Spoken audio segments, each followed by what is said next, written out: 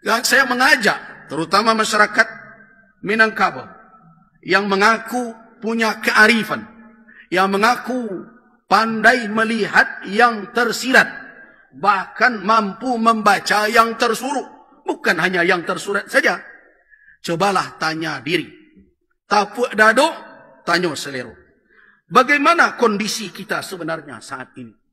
Tidakkah kita khawatir dengan keadaan seperti ini? Aturan-aturan diterabas, orang berbicara seenaknya saja, merendahkan harga diri orang hanya dengan uang. Saudara memilih saya beri ini.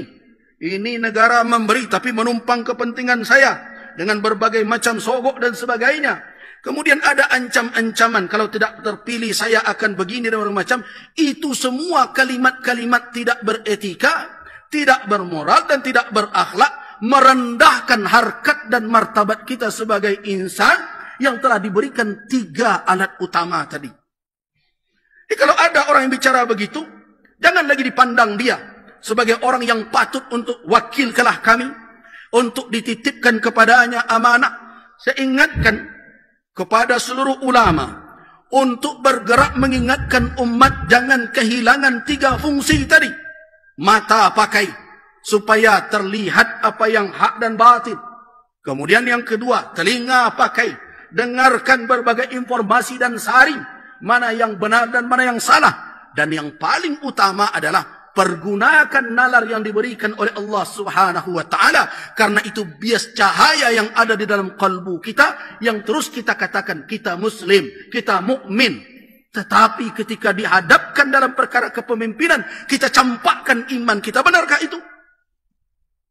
Karena itu, wahai kaum muslimin, melalui mimbar ini, ukuran utama seseorang patut untuk diberikan amanah adalah ketakutannya kepada Allah.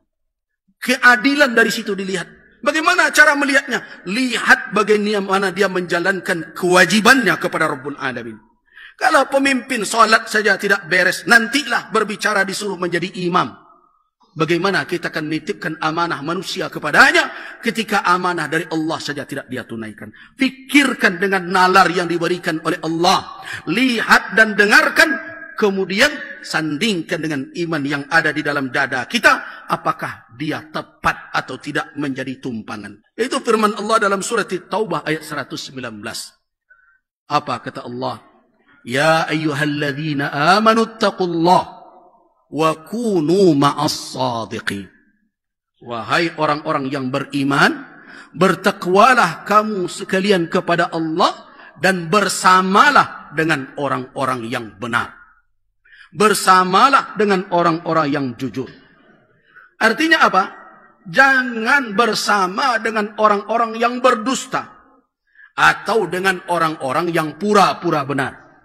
Bagi siapa yang pernah mendengarkan kajian tafsir tentang ayat ini terkait dengan orang-orang yang membuat berbagai macam opini dan alasan untuk membenarkan diri mereka.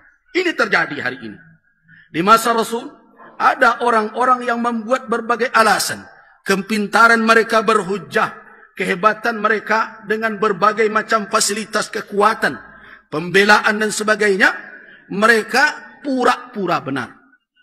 Nah, karena itu tugas kita adalah kalau betul bertakwa, jadilah bersama dengan as-sadiqin, orang-orang yang jujur, orang-orang yang benar.